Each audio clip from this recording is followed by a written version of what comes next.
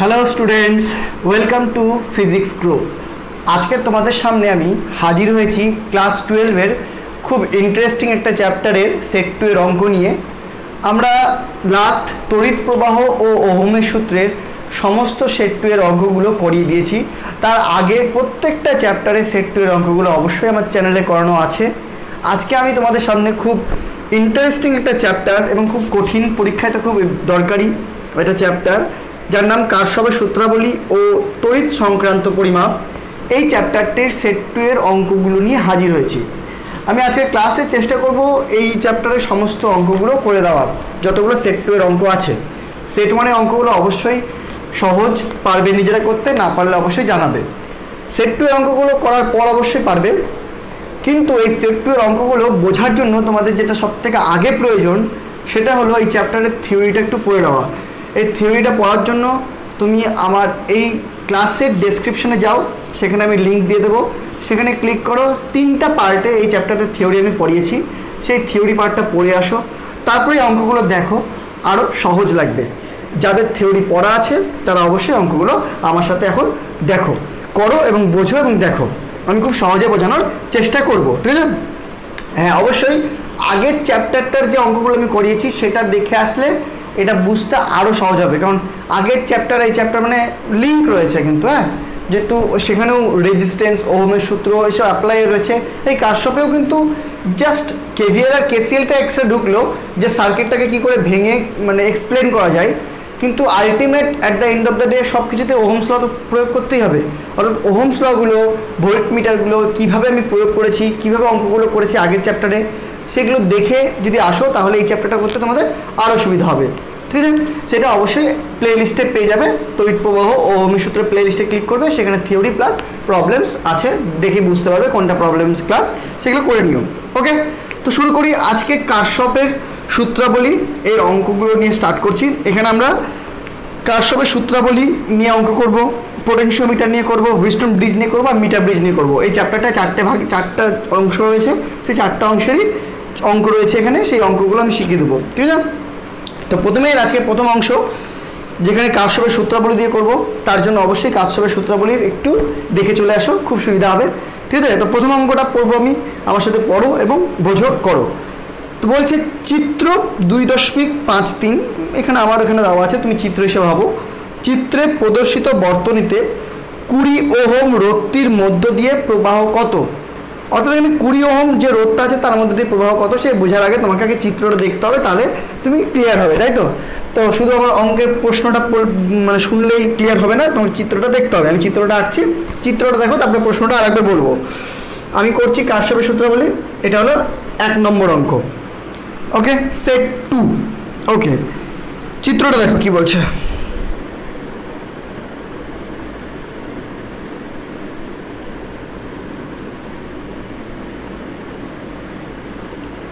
(0.1 ohm, এখানে 20 ohm একটা resistance দিয়ে ব্লক। এবার এখানে আবার একটা ব্যাটারি, এই ব্যাটারিটা 1.1 ভোল্ট, এটা 2 ভোল্টে ছিল। এখানে আবার একটা রেজিস্ট্যান্স 1 ওহম দিয়ে ক্লোজড। এই হলো তোমার চিত্র। এই চিত্রে এই যে 20 ওহম রেজিস্ট্যান্স, এর মধ্য দিয়ে তোমাকে বের করতে বলেছে যে তড়িৎ প্রবাহ কত হবে। ওকে, ক্যালকুলেটরটা কই? হ্যাঁ, লাগতে পারে আমার। ওকে, তো স্টার্ট করি। তো কারশফের আশা করি তোমরা সূত্র দুটো জানো। আমরা এখানে দুটো লুপ দেখতে পাচ্ছি, একটা এই লুপ, একটা এই লুপ। এই দুটো লুপে যদি কেভিএল আমরা অ্যাপ্লাই করে দিই তাহলে কিন্তু খুব ইজিলি অঙ্কটা হয়ে যায়। এটা একটা জাংশন, এটা একটা জাংশন, এখানে কেসিএল, কিরচফ কারেন্ট ল এখানে অ্যাপ্লাই করে দেবো, আর লুপগুলোতে কিরচফ ভোল্টেজ ল অ্যাপ্লাই করবো, দুটো কম্বাইন করবো, আমার অঙ্কের অ্যান্সার বেরিয়ে যাবে। এই তো, এই কম্বাইন করতে শিখতে গেলেই তো হয়ে গেল, আর তো কিছু নাই। দেখো কীভাবে করছি। তো প্রথমে 2 ভোল্ট, লেট আস কনসিডার, তুমি এটাও নিতে পারো, এটা নিতে পারো। আমি এটা দিয়ে স্টার্ট করলাম। লেট আস কনসিডার যে 2 ভোল্ট যে ব্যাটারিটা আছে সেটা পজিটিভ প্রান্ত, এটা তো অবভিয়াসলি এই বরাবর কারেন্টটা পাঠাবে, সেটা ধরলাম I1। অবভিয়াসলি এটা ধরলাম I2, দুটো কারেন্ট ধরে নিলাম, এটা I1 পাঠাচ্ছে, এটা I2 পাঠাচ্ছে। অবভিয়াসলি দুটো কম্বাইন হয়ে এখানে I কারেন্ট যাবে। এবার এইটুকু জাংশনে যদি আমি কেসিএল অ্যাপ্লাই করি, এবার দেখো এই I কারেন্টটা ভাগ হয়ে আবার এখানে I2 যাবে। কেন I2 যাবে? কারণ একই লাইনে দেখো কোথাও তার ভাগ হয়নি। যদি একটা লাইনে তার ভাগ না হয় সেখানে কারেন্ট একই থাকে। ওকে, রেজিস্ট্যান্স কারেন্ট বাধা দেয় ঠিক, কিন্তু কারেন্টের পরিমাণ মানে কমিয়ে দেয় না। যা কারেন্ট আছে সেই কারেন্টটা ধীরে ধীরে পাস হবে, কিন্তু পাস হবে পুরোটাই। অর্থাৎ একটা সার্কিটে যদি কখন সার্কিটটা দুভাগে ভাগ না হয়, মানে একটা লাইন থেকে দুটো তার যদি ভাগ না হয়, তাহলে কিন্তু সেই লাইনে কারেন্টও ভাগ হয় না। ওকে, তো এখানে I2 যাবে, তাহলে অবভিয়াসলি এখানে I1 যাবে। তো সার্কিটের কারেন্ট ভাগ করাটা হয়ে গেল। এবার আমাকে এইখানে মানে এখান থেকে যদি KCL অ্যাপ্লাই করি, তাহলে আমি ইজিলি বলতে পারি I is equal to I1 plus I2, because I1 plus I1 নিব একটা পয়েন্টের দিকে অবশ্যই হচ্ছে, I2 নিব একটা পয়েন্টের দিকে অবশ্যই হচ্ছে, দুটো প্লাস হলে এটা পয়েন্ট থেকে বেরিয়েছে, that's minus. So I1 plus I2 minus I equal to 0, that's mean I1 plus I2 equal to I, that is I equal to I1 plus I2। এটা KCL এমনি নর্মালি বলা যায় যে দুটো কারেন্ট ঢুকে যদি এখান থেকে বেরোয়, তো সেটা অবভিয়াসলি এই দুটো কারেন্টের যোগফল হবে। ওকে, সো নাও আমরা কি করব, এখানে এই লুপ 1 আর লুপ 2 তে KVL অ্যাপ্লাই করব। কি করে অ্যাপ্লাই করব? KVL এর মিন্স কি? KVL মিন্স হলো যেখানে এই লুপে যেখানে যেখানে রেজিস্ট্যান্স থাকবে সেখানে ভোল্টেজ ড্রপটা কত, আর টোটাল ভোল্টেজ ড্রপটা ওই লুপে থাকা ব্যাটারির যে তড়িৎচালক বল তার সমান। শুধু একটা জিনিস লক্ষ্য রাখতে হবে, কারেন্ট যদি ক্লকওয়াইজ হয় তাহলে পজিটিভ, অ্যান্টি ক্লকওয়াইজ হলে নেগেটিভ। আর কারেন্ট যে ক্লকওয়াইজ, যে ব্যাটারি কারেন্ট ক্লকওয়াইজ পাঠায় সে পজিটিভ, যে অ্যান্টি ক্লকওয়াইজ পাঠায় সে নেগেটিভ, মানে তার তড়িৎচালক বলটাও নেগেটিভ। থিওরি একটু পড়ে নাও, যদি অসুবিধা হয় লিঙ্ক আছে তো দেখো, পারবে। আমার কথাটা শুনে বুঝতে পারছো তো কি বললাম? KVL মানে হলো টোটাল একটা লুপে যতটা ভোল্টেজ ড্রপ হবে, ভোল্টেজ ড্রপ কোথায় হয়? রেজিস্ট্যান্স হয়। তো যতটা ভোল্টেজ ড্রপ হবে দ্যাট ইজ ইকুয়াল টু ওই লুপে যে ব্যাটারি থাকবে তার মানে EMF, ঠিক আছে? তো সেটাই তো হয়, একটা EMF যে ভোল্টেজটা দেবে সেগুলাই তো ভোল্টেজ ড্রপ হবে, তাই না? কোথায় যাবে? শক্তি তার ধ্বংস হচ্ছে না। তো এটাই KVL হিসাবে বলা হয়। আচ্ছা, শুধু একটা জিনিস খেয়াল রাখতে হবে কি, অ্যান্টি ক্লকওয়াইজ আর ক্লকওয়াইজ কারেন্ট মানে কি, মানে যদি এইভাবে কারেন্ট পজিটিভ হলে এইভাবে এটা নেগেটিভ, আর এইভাবে কারেন্ট যে পাঠায় ব্যাটারি সেটা পজিটিভ হলে এইভাবে যে পাঠায় সেটা নেগেটিভ। সো আমি এখানে যদি অ্যাপ্লাই করি, তো প্রথমত এখানে I1 যাচ্ছে, এখানে I যাচ্ছে, এখানে আবার I1 যাচ্ছে। তো এখানে ফার্স্ট রেজিস্ট্যান্স, এখানে সেকেন্ড রেজিস্ট্যান্স। তো এটা যদি প্রথম ধরি, এই রেজিস্ট্যান্সের মধ্যে যে কারেন্ট হচ্ছে I1, তাহলে এখানে ভোল্টেজ ড্রপ হলো 0.1 ইন্টু I1। এবার দেখতে হবে এটা পজিটিভ না নেগেটিভ। কী করে দেখবো? I1 দেখো এইখান থেকে এইভাবে যাচ্ছে, তো এটা কি ওয়াইজ হলো? অ্যান্টি ক্লকওয়াইজ, ক্লকওয়াইজ তো নয়, দ্যাটস মিন নেগেটিভ। বুঝলে? নেক্সট চলে গেলো এখানে দেখো I যাচ্ছে, কার মধ্যে যাচ্ছে? 20 মধ্যে দিয়ে, তাহলে I ইন্টু 20 হয়ে গেল ড্রপ। এবার এটা কি ক্লকওয়াইজ না অ্যান্টি ক্লকওয়াইজ? এটাও দেখো anti clockwise, negative. Is equal two battery কোন দিক কারেন্ট পাঠাবে? অ্যান্টি ক্লকওয়াইজ, তাহলে ব্যাটারি তড়িৎচালক বল কি? নেগেটিভ, -2। তাই বুঝতে পারলে? This is the 1 number equation. এটাকে যদি একটু ভেঙে লেখা যায় তাহলে মাইনাস ফুললি কমন চলে যাবে, 0.1 I1। এটাকে যদি ভেঙে লেখা যায় প্লাস 20I ইকুয়াল টু 2। এটা যদি একটু ভেঙে লেখা যায় 0.1 I1 plus 20 I1 plus I2 equal to 2। that implies 0.1 I1 plus 20 I1 plus 20 I2 equal to 2.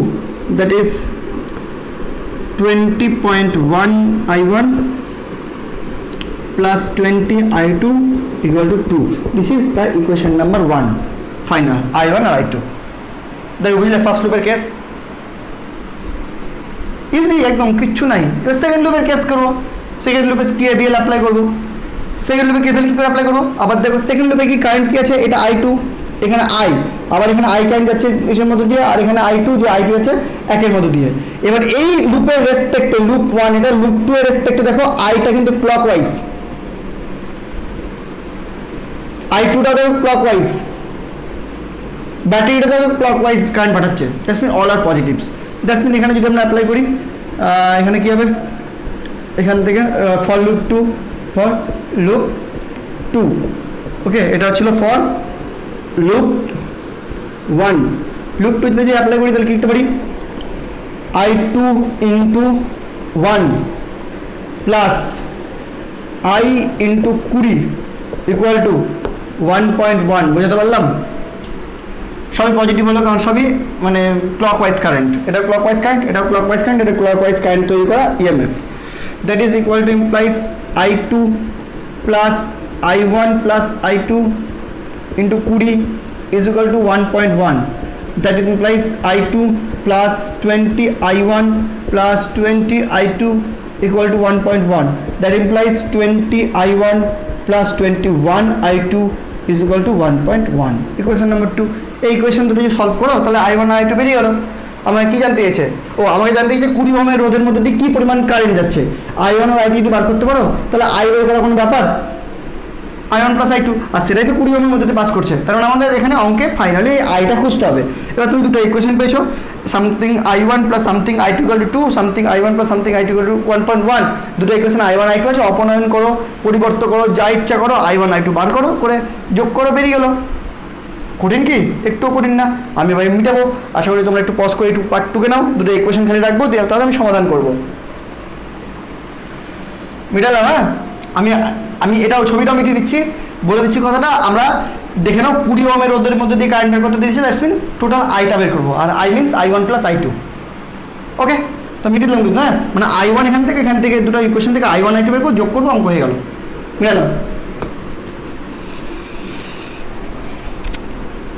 20.1 I1 plus 20 I2 equal to 2, 20 I1 plus 21 I2 equal to 1.1।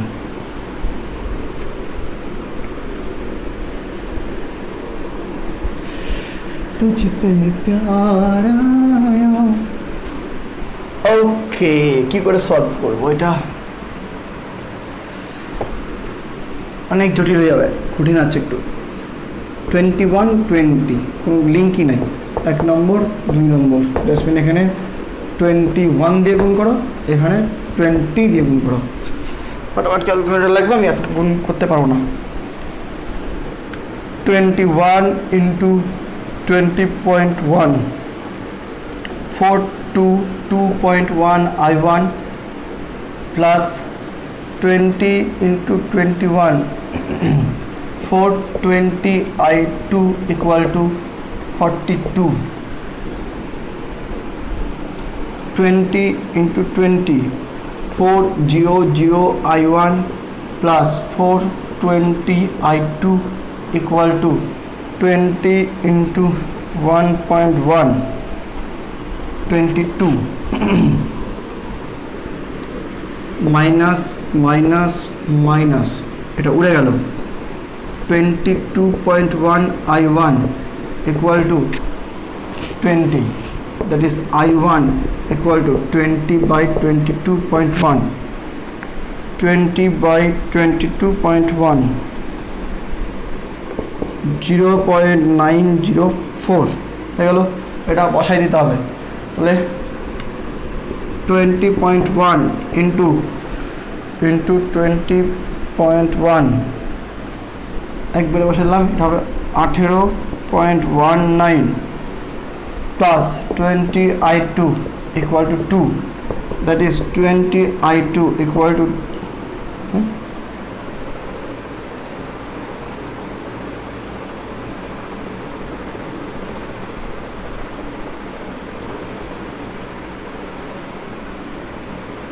Negative আসছে কেন?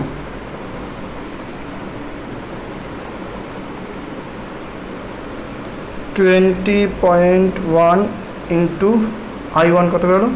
0.904, 18.19, ঠিক আছে, plus 20 I2 equal to 2, 20 I2 equal to 2 minus 18.19, তো negative আসছে কেন ভাই?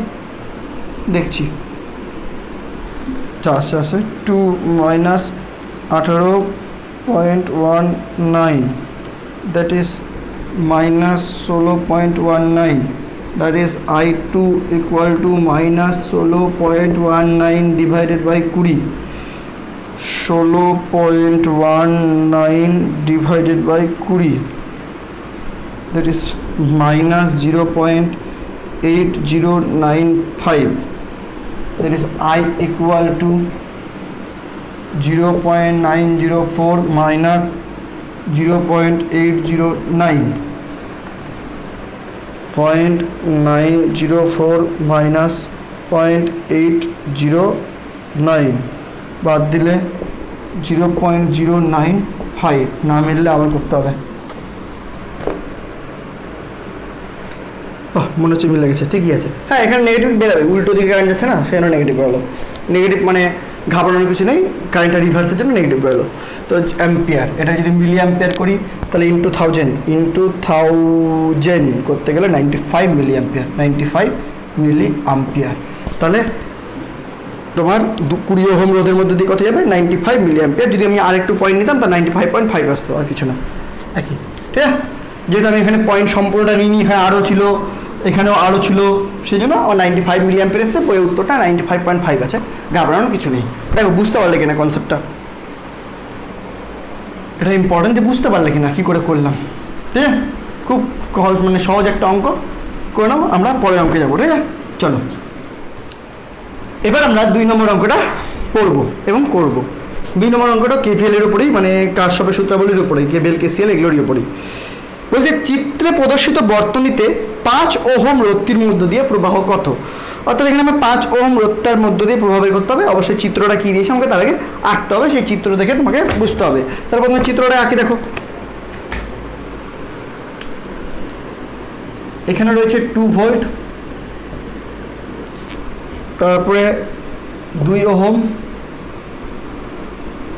1 ohm, 2 ohm, 1 ohm, 2 ohm, 5 ohm, নিচে নাই কিচ্ছু। আচ্ছা, এই হলো চিত্র। এইখানে কত কারেন্ট যাচ্ছে সেটা আমাকে বের করতে হবে। That is the question. Question বুঝলে? এই চিত্রে i3 মধ্যে এখানে কত কারেন্ট যাচ্ছে সেটা বের করতে হবে।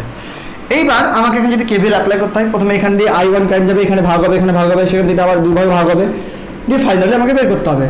তো এখানে i1, i2, i3, i4, i5 অনেকগুলো ভ্যারিয়েবলস আসবে। তো আমরা লুপ প্রবাহ নামে একটা কনসেপ্ট শিখেছি, থিওরিতে আছে দেখবে।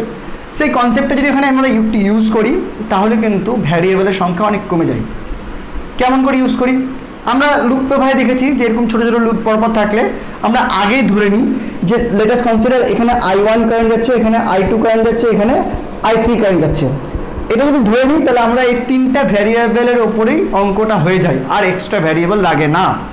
কারণ এখানে i1 কারেন্ট গেলে এখান দিয়ে কত কারেন্ট যাবে বের করতে পারবো, এখানে i2 কারেন্ট গেলে এখান দিয়ে কত কারেন্ট যাবে বের করতে পারবো। তো সেই কনসেপ্টে আমাদের কিন্তু আর বেশি ভ্যারিয়েবল লাগে না। তো এই টেকনিকটার মধ্যে পার্থক্যটা কি? প্রত্যেকটা এই টেকনিকটা যদি ইউজ করি লুপ প্রবাহ, কেভিএলে কি মানে কেভিএলে আমাদের clockwise current, anti clockwise current, clockwise battery, anti clockwise battery সব কিছু দেখতে হয়। আর এইখানে লুপ প্রবাহ টেকনিকে কেভিএল অ্যাপ্লাই করার সময় লুপ প্রবাহ অ্যাপ্লাই করলে একটাই সবথেকে সুবিধা, যে আমাকে কারেন্টগুলো সব একদিকেই নিতে হয়, একদম সেম। মানে এই লুপে কারেন্ট এই বরাবরই আছে, এই লুপে কারেন্ট এই বরাবরই আছে, এই লুপে কারেন্ট এই বরাবরই আছে। লুপ প্রবাহের টেকনিক তুমি দেখবে, আমি আমার থিওরি ক্লাসে যাও, ডিসক্রিপশনে পার্ট 1 আমি এটা পড়িয়েছি। তো প্রত্যেকটা লুপ প্রবাহ যদি এটা i1 হয়, এটা i2 হয়, এটা যদি i3 হয়, তাহলে সেই রেসপেক্টে রেজিস্ট্যান্সগুলোর মধ্যে দিয়ে কী পরিমাণ কারেন্ট যাচ্ছে সেগুলো বের করে নেবো, তারপরে কেভিএলটা আমরা অ্যাপ্লাই করবো। তাহলে আমি প্রথমে শিখি যে প্রত্যেকটা রেজিস্ট্যান্সের মধ্যে কী পরিমাণ কারেন্ট যাচ্ছে সেটা বের করতে পারছি কি না। তো ফার্স্ট এটা যদি i1 ধরি তাহলে অবভিয়াসলি 2 ওহম রোধের মধ্যে দিয়ে i1 কারেন্ট যাচ্ছে, পারলাম। এবার এটা i1 যদি এটা i2 হয় তাহলে এইটার মধ্যে দিয়ে এই 1 ওহম রোধের মধ্যে দিয়ে কী কারেন্ট যাচ্ছে? i1 minus i2। এইটা কি বুঝতে পারলে? না বোঝার কিচ্ছু নেই, খুবই ইজি। এখানে i1 কারেন্ট ধরেছি, এখানে i2 ধরেছি, তার সঙ্গে বাকিটাতে যদি কী যাবে, 3টে যদি মাথা হয় তাহলে i1 মাইনাস i2 হয়ে গেল। সেটা এখান দিয়ে গিয়ে ব্যাক করলো। প্রশ্ন হলো এই লুপের কথা।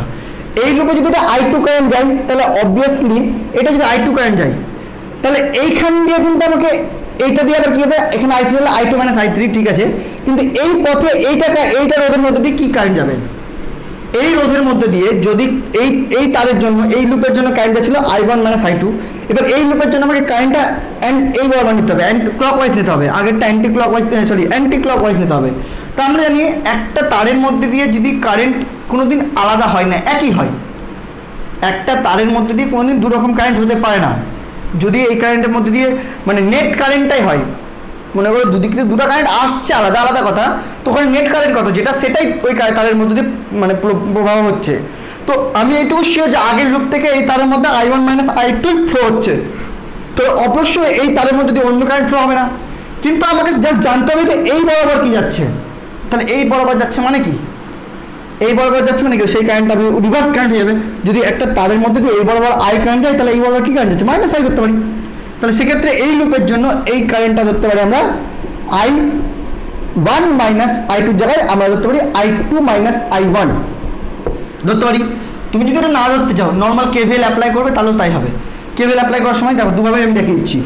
মনে করো এখানে কেভিএলটা অ্যাপ্লাই করা খুব সহজ, যে 2 into i1 plus i1 minus i2 into 1 equal to 2, এটা কেভিএল অ্যাপ্লাই হয়ে গেল। কিন্তু এখানে কেভিএল অ্যাপ্লাই করার সময় i2 ইন্টু 2 সহজ প্লাস এইটুকুটা সহজ, যে i2 মাইনাস i3, কারণ এখান থেকে i3টা বেরিয়ে গেল, তো এটা অবশ্যই i2 মাইনাস i3 যাবে, ইন্টু 1। কিন্তু এই যে লুপে তুমি দুভাবে নিতে পারো। আমি যদি লুপ প্রবাহ হিসেবে নাও তাহলে প্লাস, যদি এই তারে এটা কারেন্ট যদি i1 মাইনাস i2 হয় তাহলে এই লুপে এই কারেন্ট হবে i2 মাইনাস i1। যদি এটা ভাবতে অসুবিধা হয় তাহলে এই তারে i1 মাইনাস i2 কারেন্ট হচ্ছে, কোনো ব্যাপার নেই তো, এটাই হলো। কিন্তু এই i1 মাইনাস i2 কারেন্টটা কি, এই দুটো এইখানে এই কারেন্টটা ক্লকওয়াইজ, এটা ক্লকওয়াইজ, এটা তো অ্যান্টি ক্লকওয়াইজ, এইভাবে যাচ্ছে, তাহলে সেক্ষেত্রে মাইনাস হয়ে যায় না, তো মাইনাস হবে এটা। তো সেটা তুমি ভেবো না, আমি মানে এটা নর্মালি মাইনাস হয় কি না, কারণ এখানে যাচ্ছে i1 মাইনাস i2 কারেন্ট, তো আমি এই লুপের কথা বলছি, তাই এই লুপের সাপেক্ষে এটা তো মানে নিচের দিকে নামছে কারেন্টটা, তাই না? তো এই লুপে এইভাবে যাচ্ছিলো, এটা এইভাবে যাচ্ছে, তো অ্যান্টি ক্লকওয়াইজ যাচ্ছে, অ্যান্টি ক্লকওয়াইজ মাইনাসই হয়। কিন্তু তুমি এখানে লুপ প্রবাহের ক্ষেত্রে এরকম করে ভাববে না, আমি যেটা ভাবাচ্ছি সেটা ভাববে যে কোনো একটা লুপে একই ওয়াইজ কারেন্টটা নেবে। তাহলে এই লুপে এই কারেন্টের রেসপেক্টে এদিকে যদি এটা হয়, এটা যদি এদিকে হয়, তাহলে এদিকে রিভার্সে কী হবে, এটা i1 মাইনাস i2 ছিল, তাহলে এই পথেটা i2 minus i1, so plus বাকিটা হবে i2 মাইনাস i1 ইন্টু 1। এবার এখানে কোনো ইয়ে নাই, EMF নাই, দ্যাট ইজ 0। 2 নম্বর। 3 নম্বর দেখো আবার 2 এর মধ্যে দিয়ে i3 into 2 plus i3 into 5, কেন, কারণ এখানে আর ভাগ হচ্ছে না, প্লাস এইটা দেখো, তাহলে এই বরাবর এইখানে কি যাবে, এখানে যদি i2 মাইনাস i3 যাচ্ছিল, তাহলে এখানে যাবে i3 minus i2, so i3 minus i2 into 1 equal to 0, কারণ এখানে কোনো ব্যাটারি নেই। এই তিনটা ইকুয়েশন যদি তুমি বুঝতে পারো, বাকি তো অঙ্ক, বাকি তো একদমই অঙ্কের অঙ্ক সলভ করা, এক্স ওয়াই জেড, এখানে i1 i2 i3, তাই না? দেখো বুঝতে পারলে কি এটা ইম্পর্টেন্ট, যে লুপ প্রবাহের তিনটা লুপের মধ্যে দিয়ে কি কারেন্ট যাচ্ছে সেটা খোঁজা, এবং তারপর অ্যাকর্ডিং টু ভোল্টেজ ড্রপ খোঁজা, তারপরে আমাদের কেভিএলটা অ্যাপ্লাই করা, বুঝেছো? চলো এবার আমরা একটু সলভ করি। প্রথমে 1 নম্বর থেকে একটু দেখে যদি মানে একটু সিম্পলিফাই করি, তাহলে কী হবে, 2i1 i2 2, 3i1 i2 2 হয়ে গেল, 4 2i2 i2 i3 i2 i1 0, 2i2 3i2 4i2 4i2 i3 i1 0, 5 2i3 5i3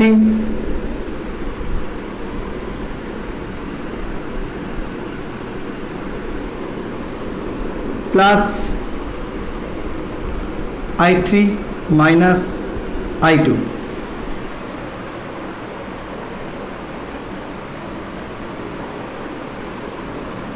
equal to 0, 7i3 5 7i3 plus 1i3 8i3 minus i2 equal to 0, 6 number. এবার ম্যাথমেটিক্যাল ক্যালকুলেশন বুঝতে পারছো তো, এটা থেকে একটু simplify করে এটা আসছে, এটা থেকে সিম্পলিফাই করে এটা আসছে, এটা থেকে সিম্পলিফাই করে এটা আসছে, এবার এই তিনটা লিখবো, বাকি সব মিটাবো দিয়ে আমি আচ্ছা আরেকটা কথা বলে দিই খালি, যে আমরা আমাদের প্রশ্নে চাইছে 5 ওহম রোধের মধ্যে দিয়ে কত কারেন্ট যাচ্ছে, দ্যাটস মিন এই i3টা খালি, তাহলে এই তিনটা ইকুয়েশন সলভ করে খালি i3 বের করলে আমার অঙ্ক হয়ে গেল। হ্যাঁ, তাহলে আমি ছবি টবি সব ভুলে যাচ্ছি, খালি i3টা কোনোভাবে ফাইন্ড করবো, যদি ওটা ফাইন্ড করতে পেরে যাই তাহলে অঙ্কটা হয়ে গেল।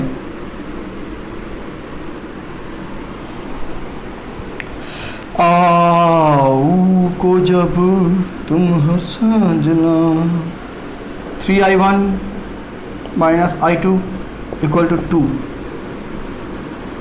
4i2 minus i3 minus i1 equal to 0, 8i3 minus i2 equal to 0, 1 2 3। এবার এই তিনটা ইকুয়েশন সলভ করো, আগে সব মিটিয়ে দিলাম।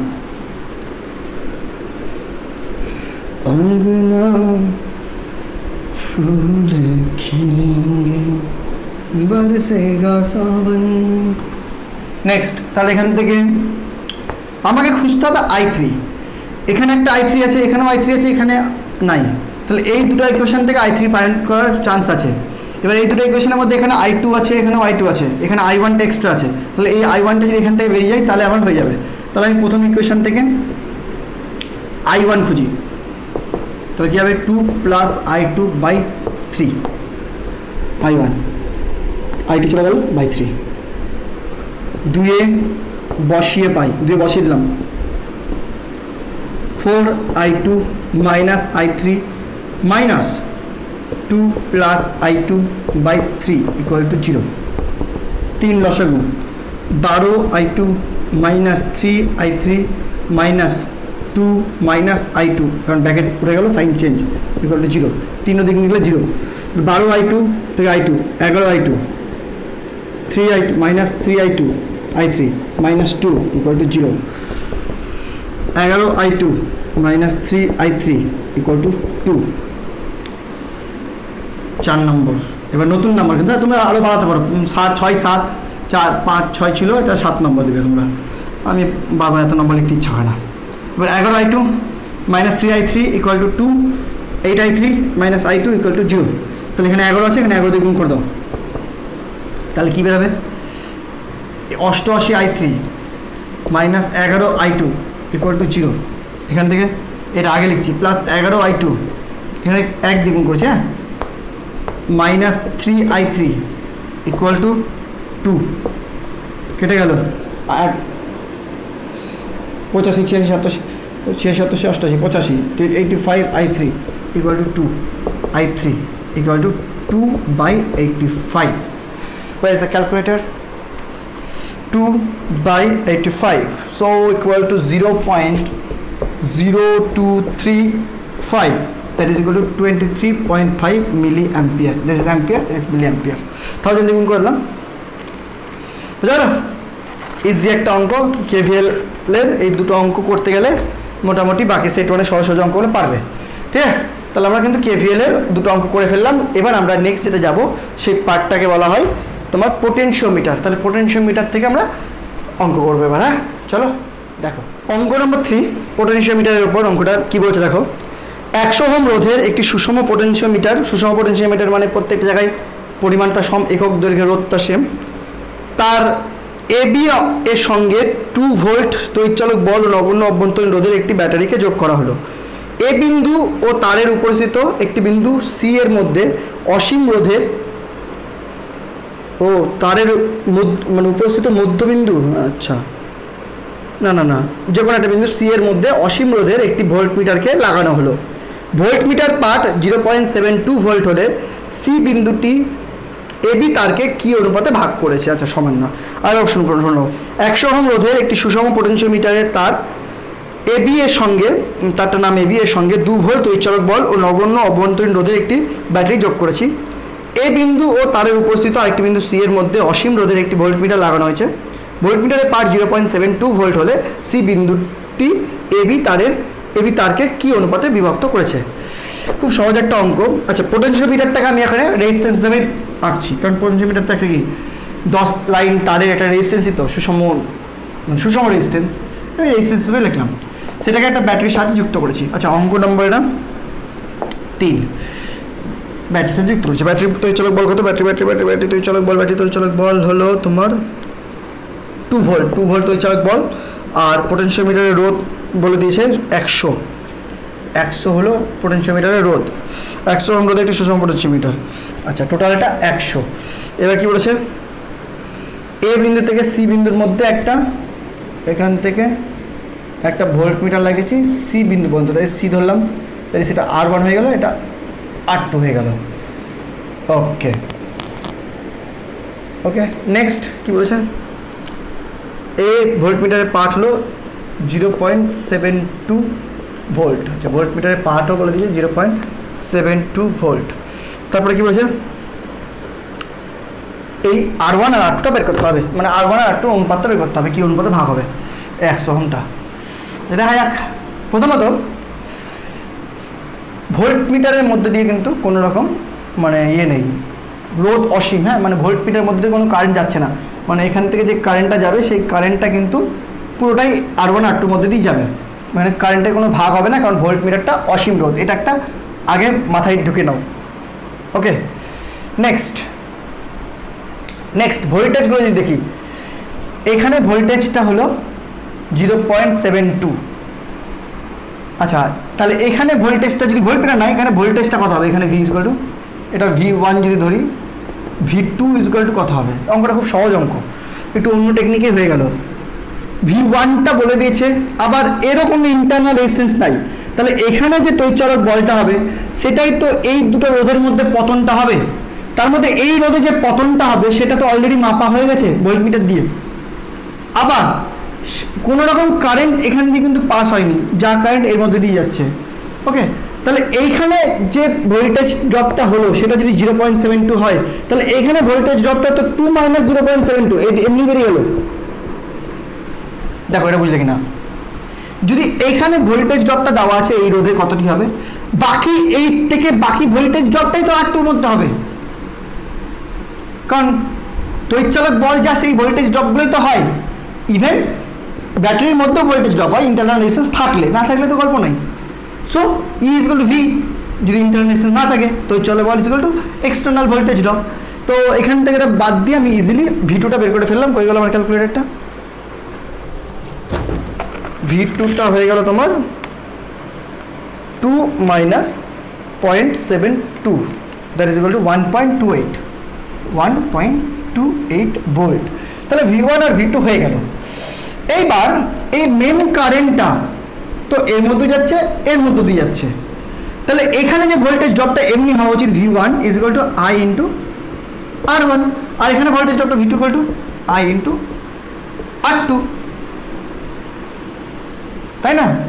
সেই তো হওয়া উচিত। এখানে ভোল্টেজ ড্রপটা যেটা ভোল্টেজ, এবার এই ভোল্টেজ ড্রপটা কত?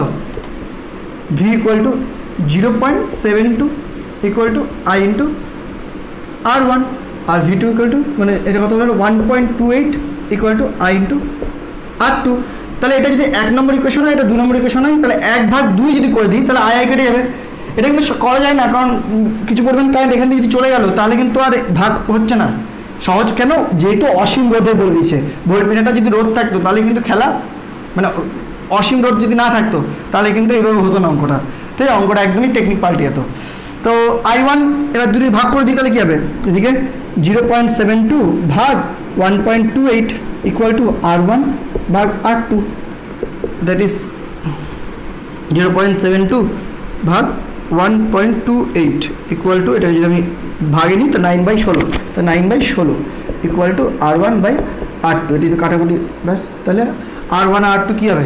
9/16 এই অনুপাতে ভাগ হবে, তাই তো আছে। উত্তর দেখি যা, উত্তর তো 2:3 আছে।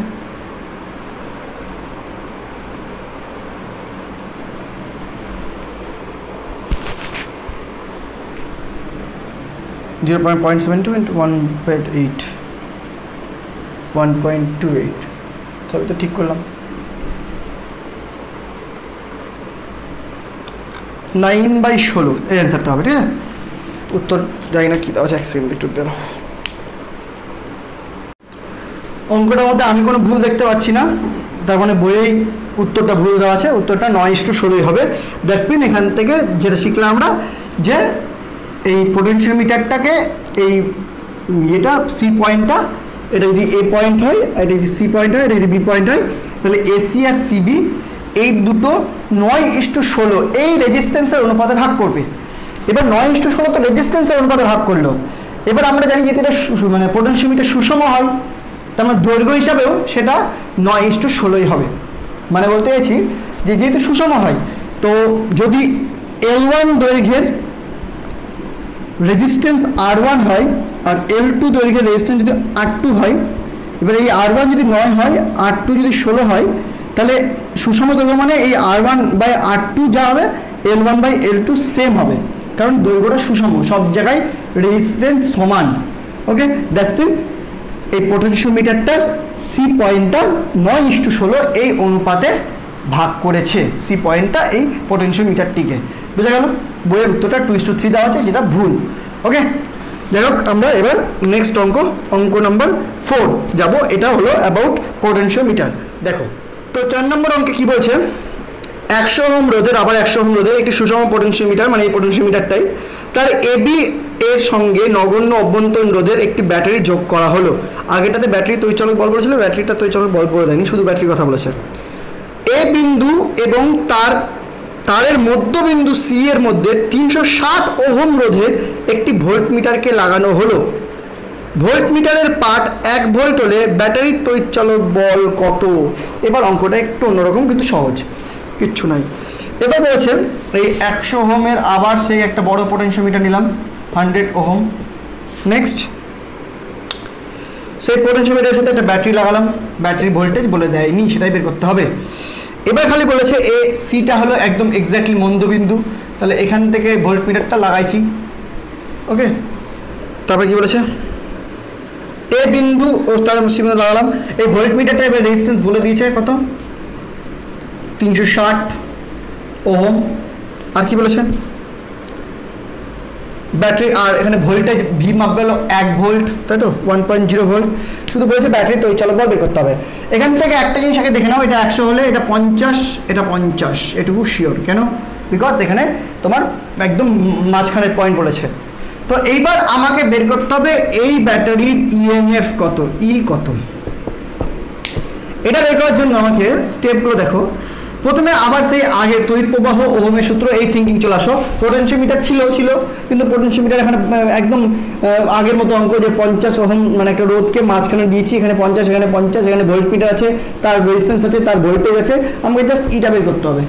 কোনো ব্যাপার বের করা, একদম আগের মতো টেকনিক। তাহলে প্রথম টেকনিক কি, মেন কারেন্ট খোঁজো। মেন কারেন্ট কি, এই ই বাই বাহ্যিক রোধ। বাহ্যিক রোধ কত, আর ড্যাশ ইকুয়াল টু 360 আর 50-এর সমান্তরাল, তার সাথে 50 শ্রেণী, 360 ইন্টু 50 ডিভাইডেড বাই 360 প্লাস 50 যোগ 50। দেখো বুঝলে, দ্যাট ইজ 360 ইন্টু 50টা রাখলাম ডিভাইডেড বাই 410 যোগ 50। একটু ক্যালকুলেশন করে দিই, 410 লসাগু, এদিকে 360 ইন্টু 50 যোগ 50 ইন্টু 410 হয়ে গেল আমার ক্যালকুলেটার।